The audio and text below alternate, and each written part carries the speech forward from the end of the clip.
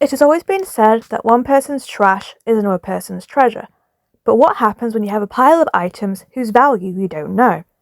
Over the past years, I've collected lots of books, whether carrying on existing series or just books I'm excited to read. I love having a TBR of books to choose from, but my pile of unread books is currently sitting at around 300, whereas I would rather it be a much less overwhelming 50 or so. Whilst I love having options to pick from, too many options inevitably just give me decision paralysis. So, over the course of this video series, I'm going to look at reducing my physical TBR down through a series of games, prompts, and good old-fashioned randomised picks. Thankfully, I'm not much of a mood reader, and challenges are actually a way I have found which really gets me excited to read and keep reading. I hope to discover how many of these unread books become treasures I can add to my collection, or ones I will trash, by which I mean I'll be donating or passing those on to other people who will hopefully find in them a new treasure now it's free from my hoard. Hi friends, and welcome back to the Infinite Library, and today we are going to be doing the second episode of Treasure or Trash. As you saw in the intro, this is my series where I'm going through my physical TBR books and trying to get through some of them and finding out if they're actually good or not, basically. So in the last video, which was the very first episode, I did 6 books, although I actually DNF'd one, which meant I also DNF'd a whole series. So although I was aiming for 5 books, we actually got 6 because I DNF'd a series. Overall, it was not a bad success rate in terms of the video itself. Of the 5 books that I read, although I DNF'd one, I have decided to keep 3 of them, which is Welcome to Dolly Hall, the Neon Genesis Evangelion manga omnibus, and Song of the Huntress. I did also enjoy The Last Kiss of the Universe, but I decided I was going to unhaul it, and I also unhauled The Way of Shadows and its sequel by Brent Weeks. So it was a reasonably successful video. I enjoyed most of the things I read, and the only thing I didn't really enjoy, I DNF'd. So it was a good start. I've no idea where it's going to go this time around, but compared to last episode where we had a random generator, I'm doing things a little bit differently this time. I am actually taking part in Realmathon right now, which basically is that you get to read whatever you want, but you're trying to fit at least 5 or so prompts into the book you're reading, and the idea is that certain prompts give points to your team and certain prompts kind of take away from other teams. So it's a very fun little thing, and there are so many really good prompts. I figured that was a good way for me to actually pick my books for this video. So let us address the elephant in the room, in that I now have more books than when I ended the video on. I may have gone to a secondhand bookshop called Barter Books, and I may have made some purchases. Didn't spend much money though, because I also got rid of a lot of books whilst I was there. I've also had some pre-orders come in. So even though I ended episode 1 with 263 books, we're actually starting episode 2 with 294 books, which is a bit more of an increase than I thought it was going to be. So we are going in this back almost at the 300 number, but I'm still going to aim for about 5 books or so in this video, maybe more if I end up DNFing. We'll just see how it goes, I think.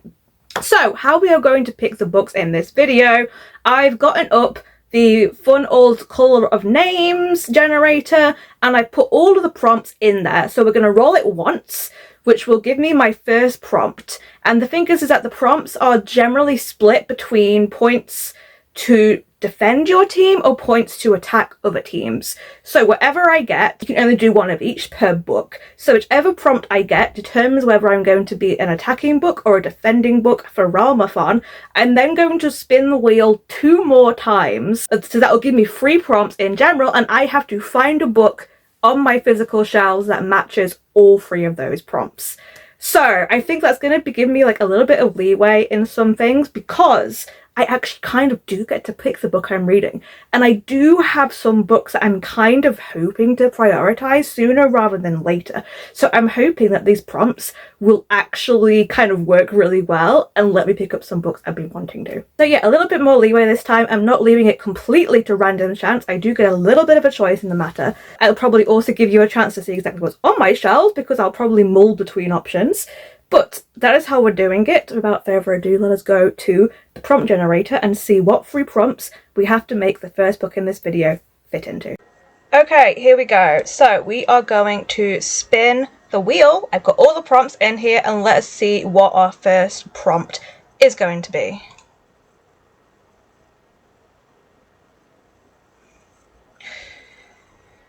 Ooh. Oh, okay, that's an interesting one. So we have book has sibling characters. It gives me 5 points, which is actually really good. That's a really high number for prompts. It doesn't really go higher than 5 unless it's one of the bonus prompts. Yeah, that's pretty damn good. That means that is a plus, which means it is defending our realm. So I just need to go and remove everything that is not defending the realm. Okay, so we've minimized the list. Now let's go for prompt number 2.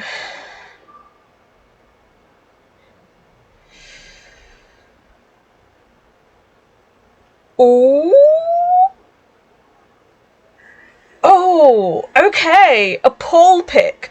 This means that I can't pick my book straight away because I'm gonna have to put it to a vote in the Discord.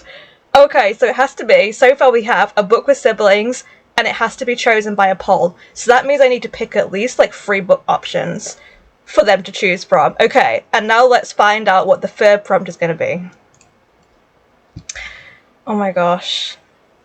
I'm really worried about what it's going to give me. Oh, okay, that isn't too bad.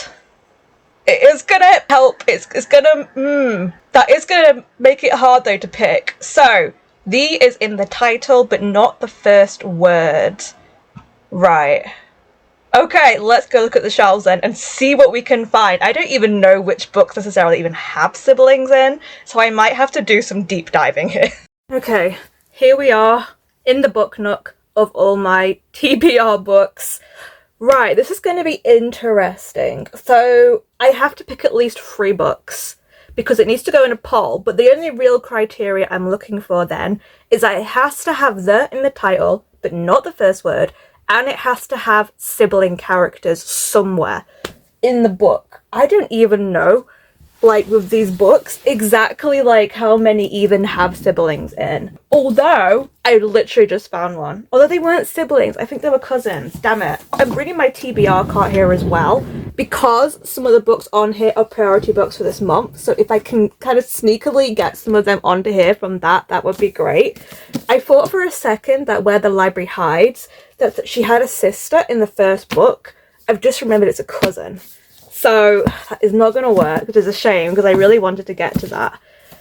God, I don't even know, like, how many of these have siblings in here is the thing. I was about to literally bring out the book with a 1-word title, which obviously doesn't have that in it. Okay, this might take me a while. I'll be right back. I have come back to you with some options here. I almost had 5 within the dream house because I really want to get to this, but I cannot work out if there is a brother or sister in this book, unfortunately. I know this is a queer book and it is about her relationship with another woman which becomes abusive, but I don't know if either of them have a sibling, unfortunately. I'm trying not to, like, spoil myself, but just looking through the first few pages, I just don't know. So I'm gonna have to veto this just because I'm not sure. Do not fall on me. This picture just fell on me right now and it really freaking hurt.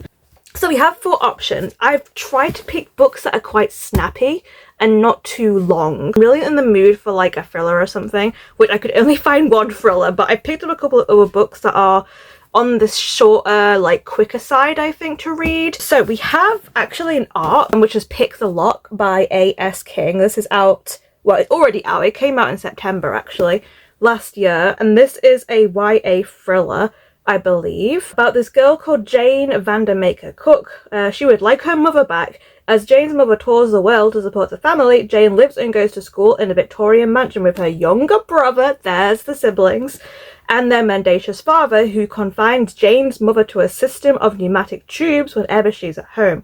And then there's weirdly ever-present Aunt Finch, Milo Rad the gardener, and his rat Brutus.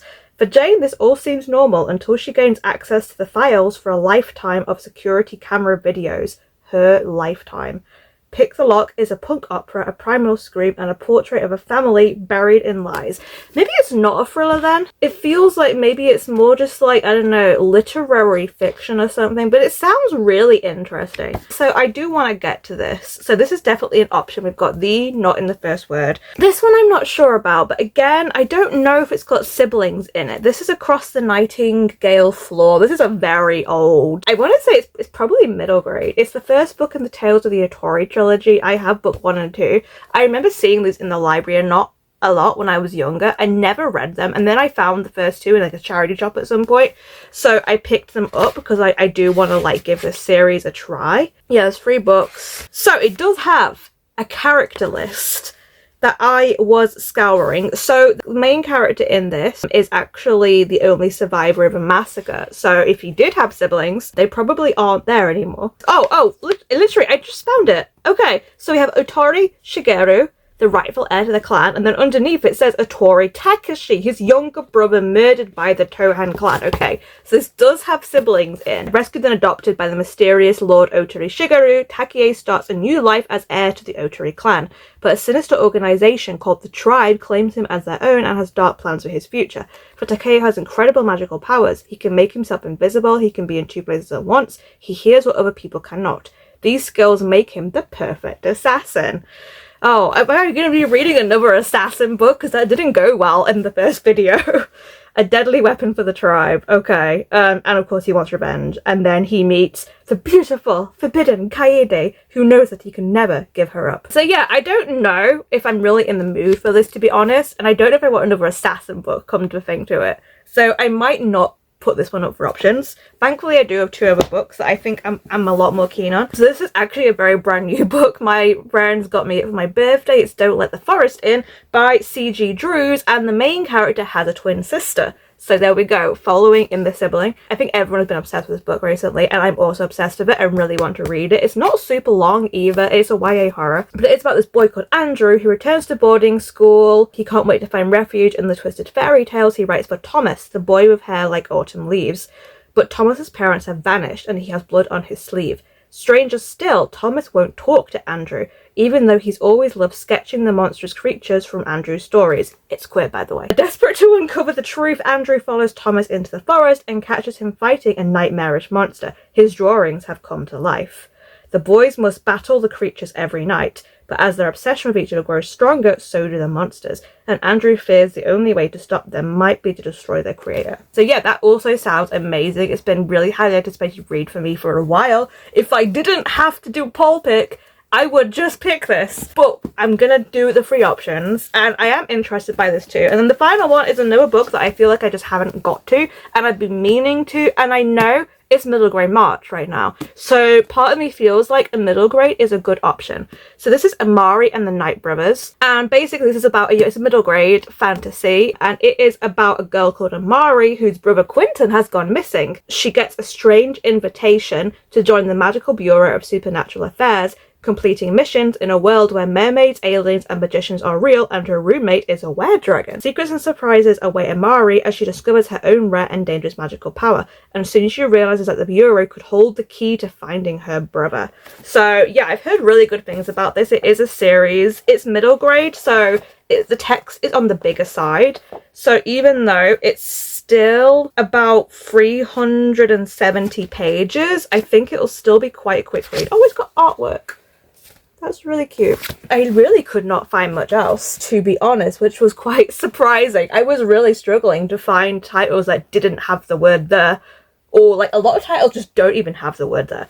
So yeah, these are my 3 picks. We've got a literary YA. They're all like YA middle grade, I realize, but we've got like a literary thriller, we've got a horror, and we have a middle grade fantasy. So those are what my picks are going to be. I'm going to put a poll up on Discord, and then in 24 hours time I will show you what got picked and what I'll be reading, I guess. Okay, the poll ended, and with 45% of the vote, Don't Let the Forest In is the winner. Okay, but like, I'm obsessed with the writing so far in this book. It is absolutely gorgeous writing. So I may only be 2 chapters in, but I'm already loving this, which is a good sign. I have read this every single spare second I've had today. I have maybe like 50 pages left and I am obsessed with this book. It's so good. It's everything I wanted it to be. Gorgeously queer, gothic, horror, scary, foresty stuff. Beautiful writing. I'm loving it. I'm having such a good time. Okay, so just the quickest update here before I head out. Did indeed finish this last night. It was so good. I am definitely going to check out more books by this author. I didn't realise the author had other books out there. They don't particularly sound like ones that would appeal to me as much as this one, but I love the writing so much. I'm definitely going to give it a try, but this was such a win for me. I was just like wrecked last night after reading this. I was yelling at my friends, telling them how good it was and getting them to want to read it too. And yeah, it was so good. Definitely going to be a keep. I feel like I could probably give a more coherent review of this. The writing is absolutely gorgeous in this. I love the dark atmosphere. I love the toxic relationship between the 2 boys and how it's also kind of soft, even though it's also toxic. I know some people have called this like a yandere kind of relationship. The twist I didn't see coming until just a bit before their reveal, which was nice. It was something that definitely did catch me off guard until about halfway, and then I was kind of seeing where it was going, but I really love this so much. I kind of want to cosplay from this as well, because like the aesthetics of stuff in this book is so cool. Something also I didn't expect it to have is that it actually has artwork throughout, as well as some of the fairy tales that depicts some of the monsters and some of the stories. So yeah, really love this. It was completely up my alley. Exactly like a cottagecore horror book that I adored. So yeah, definitely a keep. Time to spin the wheel to see what my next book is going to be. Hopefully just as successful. Here we go, roll 2. Let's spin to find out what our first prompt is going to be.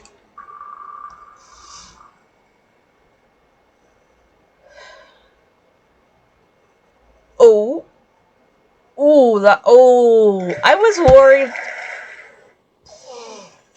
I was worried this one was going to turn up, because this is hard. Either the title or the author has to have all 5 vowels. So I need to look at some long book titles or some really unusual names. This is a -5, so this means I'm going to be taking points away from another team.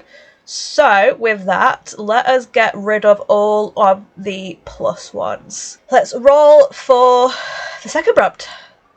We're already started off hard, so I'm hoping for a much easier one. Oh, this is not an easy one. Oh, okay. Violent word in the title. This can be anything like that just sounds violent, basically. And let's roll to see the third one. This is just giving me the hardest prompts in the whole prompt, like, bracket, basically. Give me an easy one, please. Oh my god, are we kidding? Are we kidding? Okay. This is gonna be really hard to find a book that fits all 3 of these. I'm gonna have to go look at my shelves, and I'll come back. I may literally only have one option to pick from. We'll see, I guess. Hello, I look like trash. I've just come back from the Pokemon pre-release of a new set, but I did my rolls and I did not have time to actually look at my books before I left. So I'm gonna look at them now to try and find if anything will fit that prompt. If it won't, I'll just pick 2 of the prompts, or I'll re-roll a third one.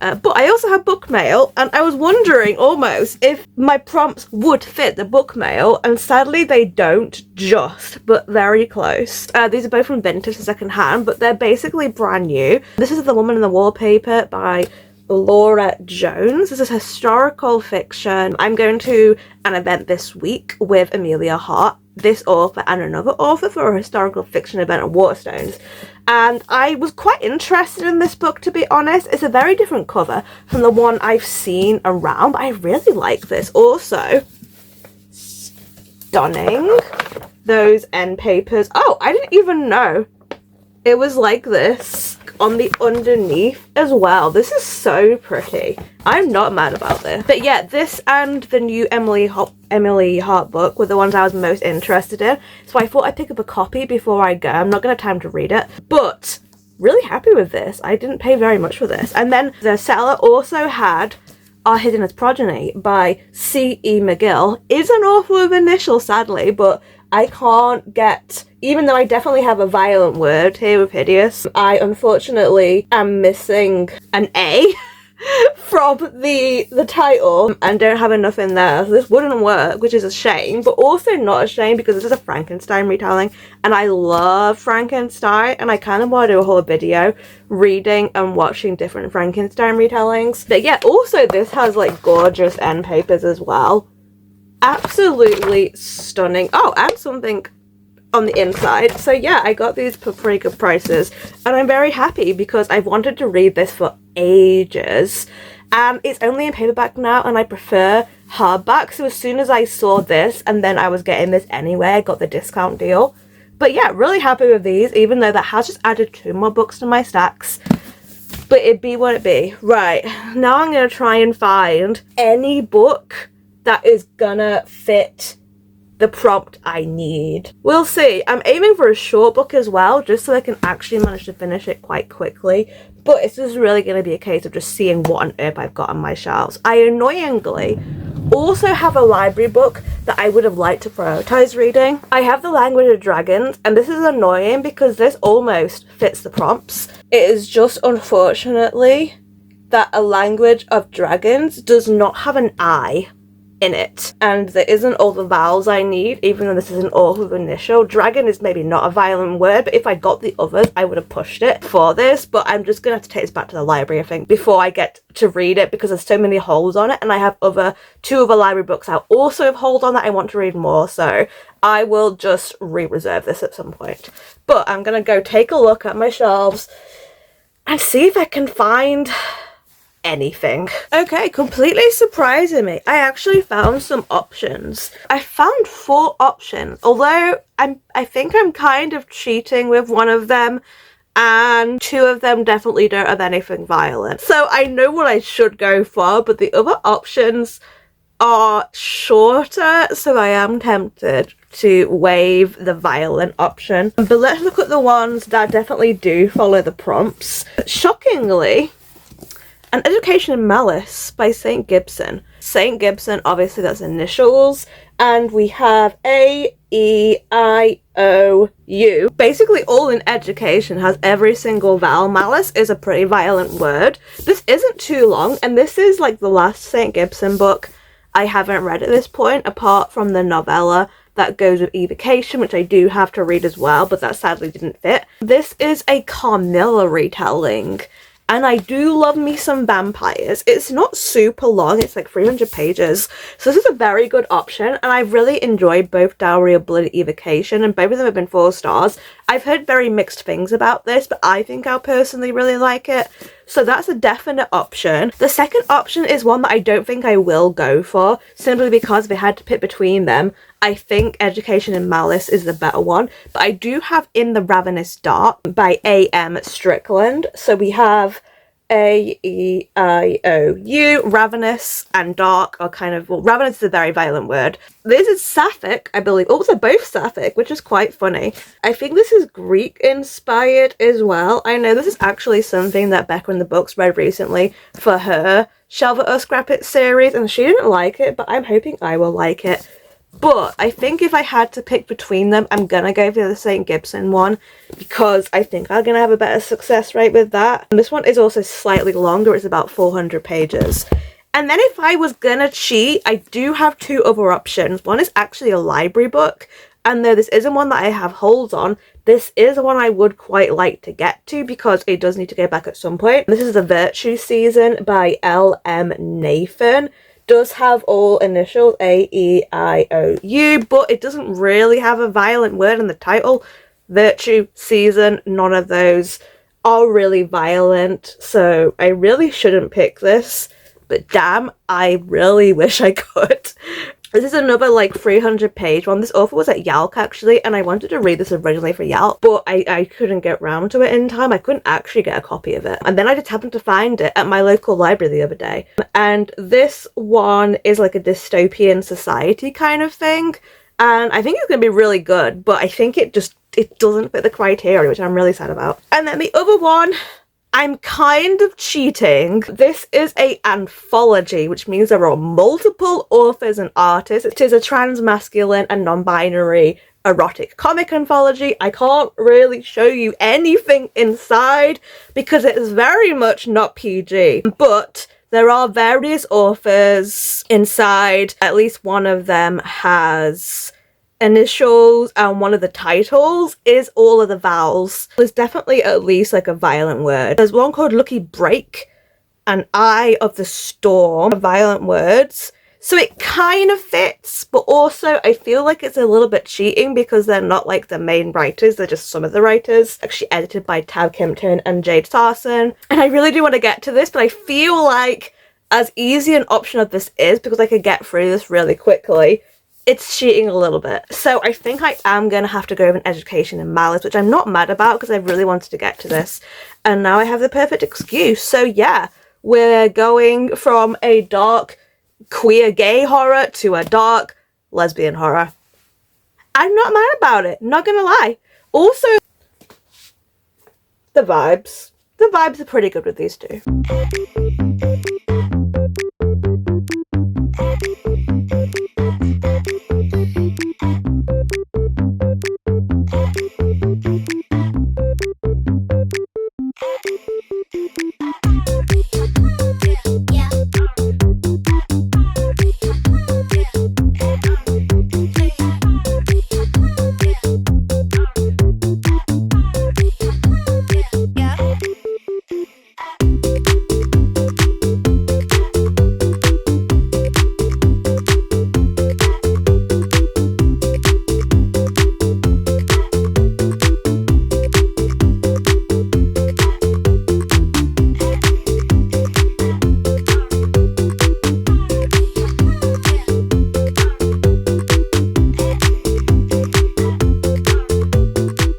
Did not expect that we would actually be getting Carmilla's perspective in this novel, so that's interesting.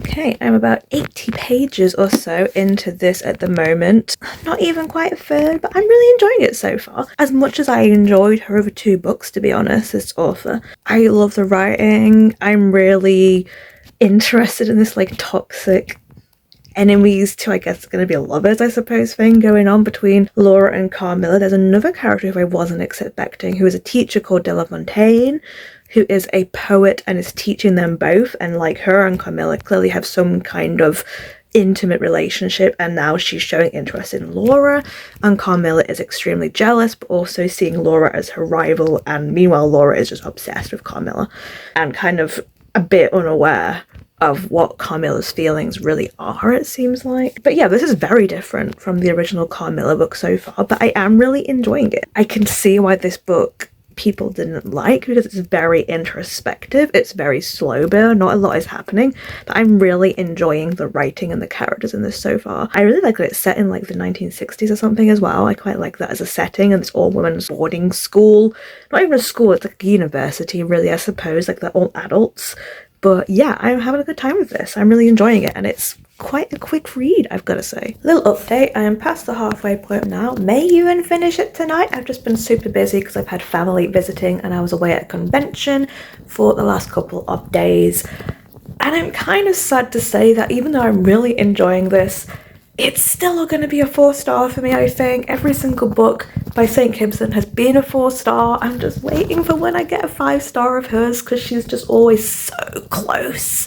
Just not quite hitting it for me. Hello. So, about to head out for a friend's play. The Terry Pratchett adaptation of Guards, which I've never read, but my friend is doing the voice of the dragon, which is incredibly exciting. So I can't wait to go and support her. I've got repping the Good Omen boys here for the Pratchettism. But I just finished my third, I've lost track a little bit because I think I've done these out of order, to be honest. But I finished St. Gibson's An Education in Malice. It's a 4-star. I'm really sad. It's kind of a low 4-star. I think I might like this one the least of the 3 books, although they're all very similar in terms of the rating. I'm giving this a low 4. And the main reason for that is that whilst this again has really great characterization, I love all the introspection, I love the setting of it being in 1960s, I didn't really love what they did with the Carmilla retelling part of it. It didn't really seem very Carmilla to me. And I thought the ending was just very anticlimactic, particularly with regards to a certain antagonist. I thought that played out really obviously, and I just didn't think it was really interestingly done, unfortunately. So this is a great character study, much like St. Gibson's books always are, and I love it for that. But once again, this just isn't a 5-star for me, but it's definitely still a treasure. It's still a keep for me. You know, 4 stars are books I generally will still keep on my shelves. I just really want one of St. Gibson's books to be a 5-star at some point, because I always feel like the premise screams 5-star to me and it just never quite hits, so it's just kind of sad. It's going to be a treasure, but not as good as I was hoping it was going to be, although I did have kind of low expectations because I feel like no one I've heard has enjoyed this book. But I did enjoy this book, but I definitely think I enjoyed Evocation and Dowry of Blood more so. I think Dowry of Blood maybe is just at the top, then Evocation. I love the characters so much more in Evocation than in Dowry, to be honest, but I love the gothicness of Dowry and what it does and how it deals with abusive relationships.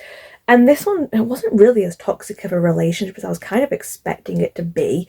And there was a lot more to do with this like female teacher who is a vampire and like that kind of obsessive relationship. And again, that felt a little bit anticlimactic and not fully explored. I don't know if I liked hearing Carmilla's point of view, although Carmilla here is a very different character from the Carmilla in the original story. In the original story, she is this like beautiful, distant alien creature, and because we see her point of view in that, she is not like this. Laura is definitely the more likable of the two. Carmilla was fine, and I really liked their relationship and how that developed, but I just did not care for any of the stuff with the teacher, and it was trying to make it into a bigger thing than it really was, and it was more like it was hinting it was going to be a big thing, and then it never really went anywhere with it. So a bit of a frustrating read, but I still really enjoyed it for what it was, and as always, St. Gibson's writing is gorgeous. So that is that one, another treasure, and let's spin the wheel to find out what the next book's going to be. Spin number 3. I've had 1 defend and 1 attack so far, so I've done a lot of defending in Realmathon, so kind of hoping I get another negative point to attack. Oh. Okay. A book recommendation I've had more than once. That is a positive one, so we are getting points for the team. This is a really easy one, thankfully. After the last set of prompts, I was like, don't give me the hardest prompts in the whole wheel again. This one's really easy. A lot of my books I've been recommended to more than once, because if I count a recommendation as being if I've seen it in a video or something, so that was a plus, so we're going to get rid of all the minuses. And let's see for prompt number 2.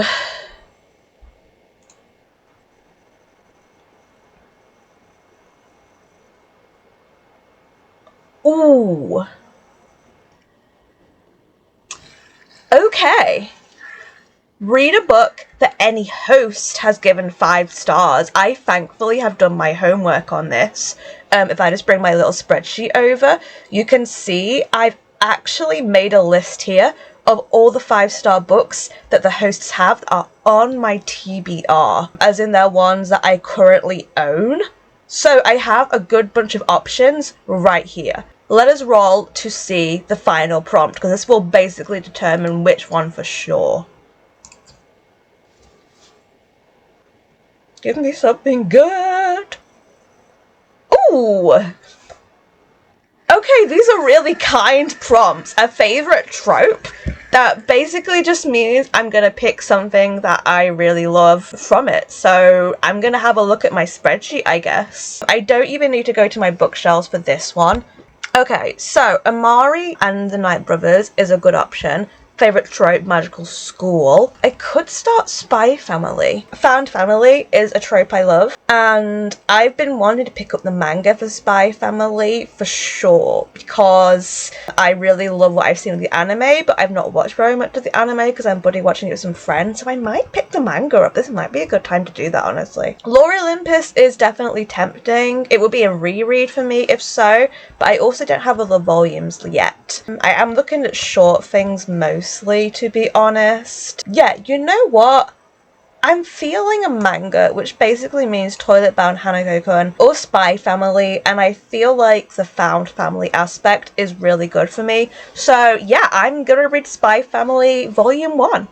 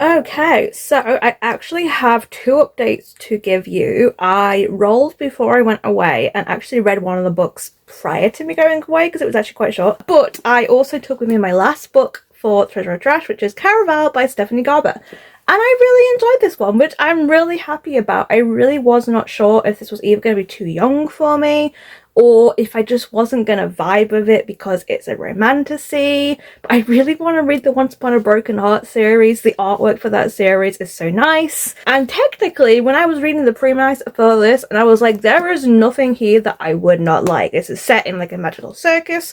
It's to do with wishes and bargains, and like fantasy and reality are all mixed up. And yeah, I actually really did enjoy this. I think I gave this a mid-4 in the end. I really enjoyed the whole story. I enjoyed the world of Caraval. I didn't enjoy the ending. I would say I'm not crazy on the main girl Scarlet, her sister, so knowing she's the protagonist for the second book makes me a little bit wary of going into the second book, to be honest. But overall, really did enjoy this. I'm so happy that, you know, this is a series that I did like, that I am definitely going to be carrying this series on, even if I'm not crazy about who we're getting with the second book as a protagonist, because we're shifting from our main girl here, Scarlet, to her sister. My gosh, I've forgotten her name. Tella, short for Donatella. She was just very selfish, I think, and I really wasn't crazy about her role in this book and what that meant for the story in general and for her sister. But I really did enjoy this sister through this. I enjoyed all the crazy characters. Didn't actually mind the main guy either. I liked how it was kind of a slow burn, even though this is very fast-paced book. It felt almost natural, their romance, even though like we only have like 6 days in the course of this book because they're only in Caraval for like 7 nights, I think. But yeah, overall, really enjoyed this, really happy, and it's definitely going to be a treasure. So because I didn't actually show me doing the roll, I'll show that now for the final book. Here it is. Okay, no video because I'm still full of cold and look like trash, but I am rolling for what should be the last book for this video. Did plan to get more than 4 done, but this month has just been really busy. But I'll definitely be reading quite a few in the next episode, which should hopefully balance this out. So let us go and find out what the first prompt is going to be.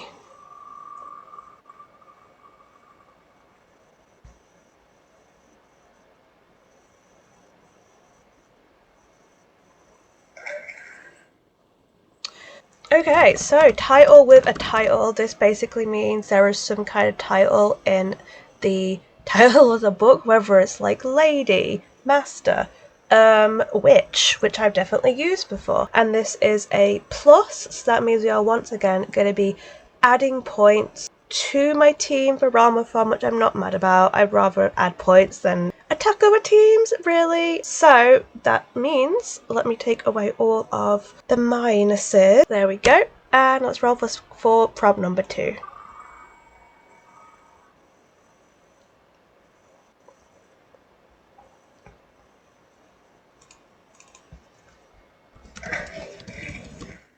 Okay, so favourite trope once again. This one's usually quite easy because honestly a lot of books on my TBR have at least a favourite trope of mine in them, which is why I want to read them. So let's go with the last one.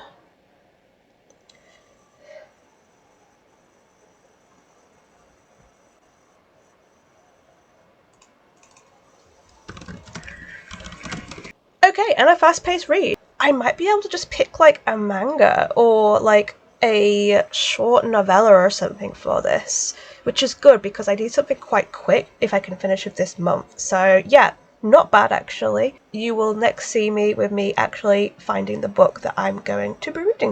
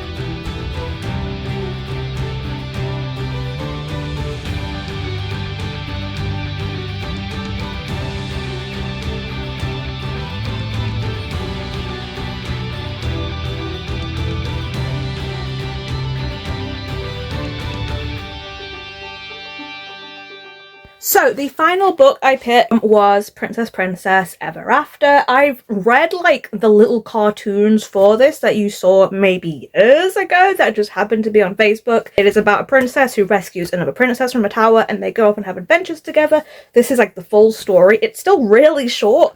As you can see, it's like 50 pages, full colour though, and it's just really super cute. I really enjoyed this. I wish there were more, to be honest, because I really did like this so much, but I would definitely check out more by this author. I just think she has a good way with characters and they're really likable, and I like how she kind of takes a fairy tale trope and twists it. And yeah, there's not really a whole lot to say because this is so short, but I liked the characters. I like how our main girl, here's Sadie, like, is kind of a crybaby, and that's okay. And then I love how badass her princess is. It was just really cute. It was just what I wanted it to be honest. I'm glad I got to see more of their story from just like the 2 panels, which is literally, you've probably seen this before because it's literally like just her being in the tower, she's yelling, and then this person comes to the tower and she's like, dozens of princes have already failed to rescue me already. What makes you any different? And she's just like, because I am no prince. My name is Princess Amira, and I have a grappling hook. Iconic. Truly iconic. But yeah, really cute series. Really enjoyed it. Just a really like Adventure Time sort of art style is kind of what it reminds me of. So yeah, actually another treasure. I am going to be holding on to this. And that does actually bring us to the very end of this video. And they were all treasures, which was kind of unexpected. I didn't really expect to love all of these books. I'm very happy I did. But let me recap what it is I actually read. let me go and get them. So yeah, I have here all the books that I did read during the course of this videos. Not super long. Caraval was the longest, and it took me a couple of days to read, but that was mostly because I was away visiting people. So I actually read half of this like on my train journey down pretty much, and then I finished it slowly over the next couple of days. In terms of how I feel about these books, I had 3 4-stars and a 5-star, which is amazing. I love that I got a 5-star in this video. Probably the least favourite I would go with Education and Malice by St. Gibson. Just not quite what I wanted it to be, and as always just missing out on it being a 5-star. And probably my least favourite, St. Gibson, but still a really enjoyable book. I still really had a good time with this, and I'm definitely going to keep it. Then I would say probably I'm only going to go for Princess Ever After because it's so short. There's just not a lot of substance to this, but it is great. I love it so much. I just wanted more of it, basically. So like a mid-4, I think I put this as. Then Caraval, a mid-4 again. The ending almost made me drop it down to a low 4, but I genuinely had a really good time with this. Just in general, really happy I finally got to read something by Stephanie Garber, and it was a win for me, so really happy about that. And then of course my 5-star, Don't Let the Forest In. So happy this was an anticipated 5-star, and it really lived up to it, and I'm still kind of obsessed with this book. But yeah, a successful treasure or trash video.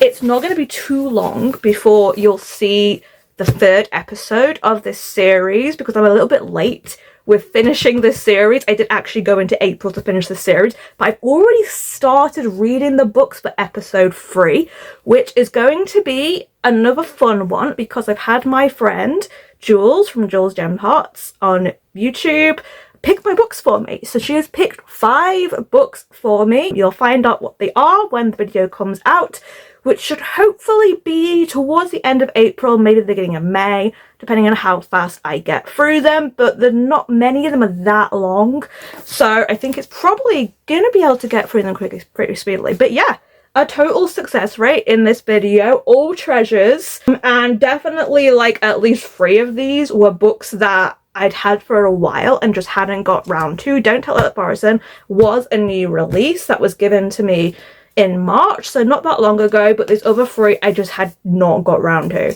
So happy I finally got to them, and yeah, they're all gonna find a place on my shelves. So that is it for the 2nd episode of Treasure or Trash. We had 100% treasure rate, no trashing at all. I guess we'll just see what happens in the next episode, which should be coming to you in a month or so. As always, stay safe, stay cozy, and I'll see you in the next video. Bye!